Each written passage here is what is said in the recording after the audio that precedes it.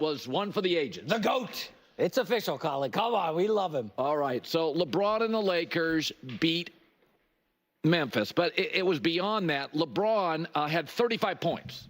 He's in year 22. He's shooting 46% from three-point land, best of his career, a third straight triple-double. So Michael Jordan was more like Seinfeld. 9 great years, highly impactful, still discussed today. LeBron's become Law and Order. We're on year 35. I watched an episode 2 days ago. It still crushes. I know Michael played 15 seasons, and many of them were great, but he was a shell of himself at the end. LeBron's in year 22. On any possession, best player on the floor. In any game, AD got into foul trouble. They're like, LeBron, take it over. Best player on the floor. He's not as good as Jokic. On Giannis's best night, he's not as good as Giannis. He really doesn't have the dexterity anymore of Wemby. Wemby's just insane. And Ant Edwards is much more dynamic athletically on a consistent basis. But LeBron's IQ, his leadership, his ability to pick up things during the course of a game, and it's always been this Michael Jordan, LeBron thing. LeBron's easily got the best resume in the history of basketball. Michael was red hot for about 8 to 9 years. Red hot. He was the coolest player. He was the best looking. He was the best dressed. I'm not denying that. For a 9-year stretch, there's nothing like him. Love him. I watched Air again 3 nights ago. I watched the movie about Michael Jordan. He's still relevant today. His shoes, I think, still outsell LeBron's. I'm not, but you can't give me this Michael was 6 for 6. If you want to do titles, Russell had 11. There's Robert Ory's got more. There's got to be layers and contextualization. I've argued forever, if the Chicago Bulls were in the Western Conference like the Chicago Blackhawks are in hockey, it's right on the line. He would have lost multiple finals because he couldn't beat Bird and the Celtics or Isaiah and the Pistons for years, so he never got to finals. Stop punishing LeBron for being more successful. Okay. Let's talk about this. First off, if you want to play that game, we could do the same thing about LeBron, where he played on the East, which was significantly easier versus the West, and he would have probably been to less finals. But I'm not trying to have this whole conversation about LeBron versus Michael Jordan. I'm done with it. I am. Like this is me saying, like, I am done with that conversation. That conversation has ruined the conversations around LeBron James. It just has. We can't appreciate the greatness of LeBron and appreciate what he's doing in year 22, because this is remarkable. This is amazing. This is awesome to witness, to watch, to be part of.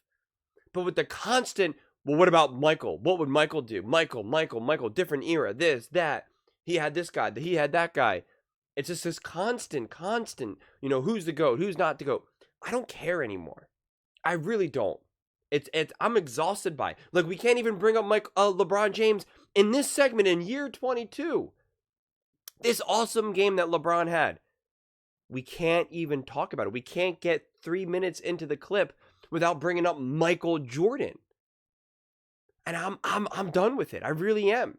And it's what has been throughout LeBron's entire career. From day one, from before he ever even got into the NBA. And it's actually kind of frustrating to look back on it when we really look back on this and think about it. And I know a lot of LeBron fans felt this way watching Steph Curry in the Olympics, and a lot of Steph fans felt this way watching LeBron in the Olympics when they obviously teamed up. And it was like, oh man, like, this is who your guy is. Like, I get why you like him. And it was so awesome to see everyone have that experience. To see the Steph fans be like, man, I understand why you love having LeBron. You know, the guy's a freight train. And same thing with LeBron fans being like, man, I get it. It's awesome, seeing Steph knock down those threes. No wonder why you guys all felt the way you did during your dynasty run. And it was so cool to see that. But since they were going back and forth with each other, and again, that's sports, I understand that. But it's almost like, no, LeBron's overrated. He's not that good. Steph's going to win in the finals. And then the other way is like, no, man, so what? Steph can shoot threes. He can't do nothing else. LeBron can carry a team. And because of that, you automatically downplay the other player, their experience, their greatness.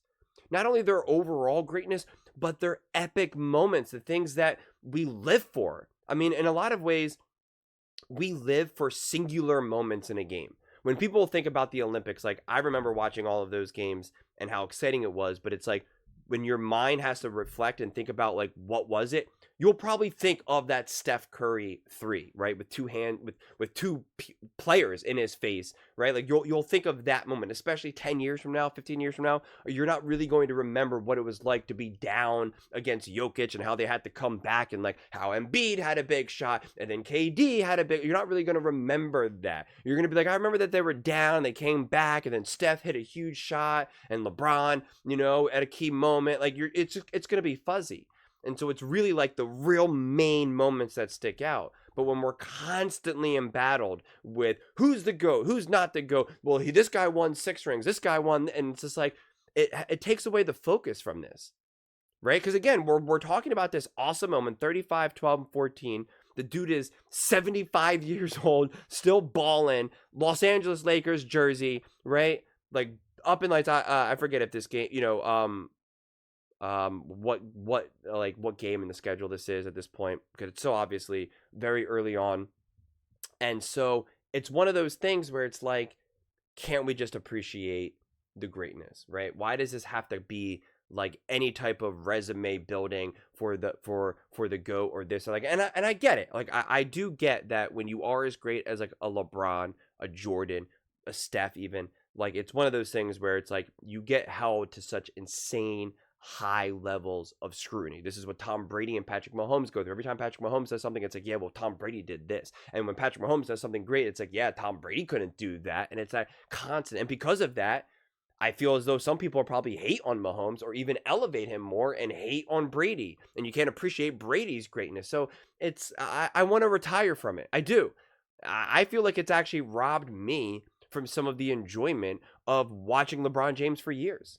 I really do feel that way. I feel as though, and I was born and raised with LeBron, this is my era. Like, I feel like I've actually missed out on so much of LeBron's greatness. I do. And it was also because of these conversations that were being had and the constant media going back and forth and back and forth and back and forth. Because I was also born and raised with MJ and Space Jam, right? And so it's just like, it's tough.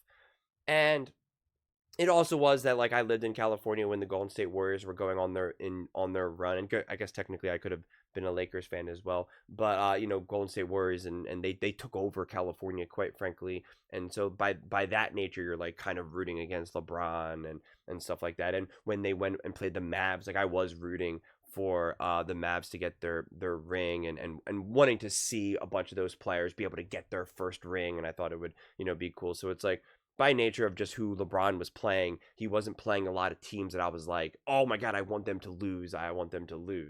And so it was just kind of interesting dynamics nonetheless. But I do feel that this conversation constantly with LeBron and MJ and the GOAT and this or that, I think it's actually worsened the moment of around LeBron and has worsened the conversations around him. Because even like, think about when he came back being down 3-1.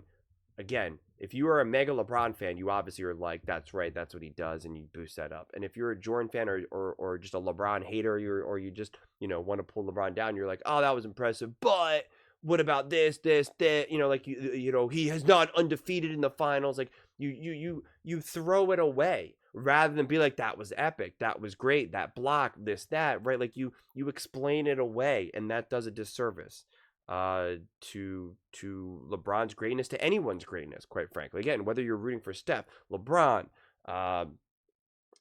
like I said, Mahomes, Brady, like who Kobe, Shaq, like it's just, it is the one thing that I think we should try to figure out, how to have these conversations, how to even have these debates, because we're always going to debate other players, right? Who's the best player in the league right now? Is it Jokic? Is it Wemby? Like, we're always going to have those conversations. That is sports. So I'm not trying to say we all need to hold hands and sing Kumbaya together either, like, because I am not that type of person either, where I'm like, can't we all just cheer for everyone? Like, that's not what I'm arguing either. But I think we do need to figure out how to have these conversations a little bit differently. And again, maybe not constantly have to be like, well, is this the GOAT? Is this the GOAT? Is this the GOAT? Is this the GOAT? Like, constantly doing that.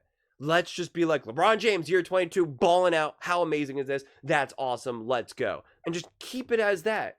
Not be like, what, like, what have other players done? What about Jordan or this? Like, it just doesn't matter. it honestly really doesn't matter.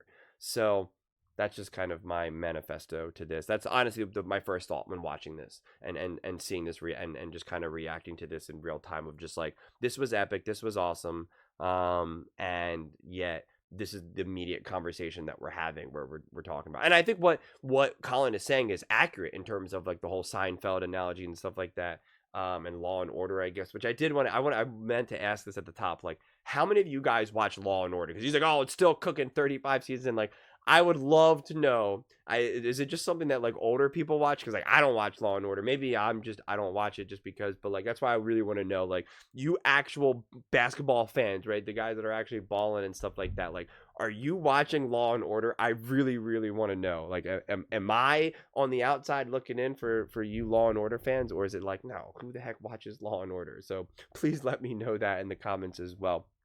But those are just my thoughts, and I'd absolutely love to hear yours.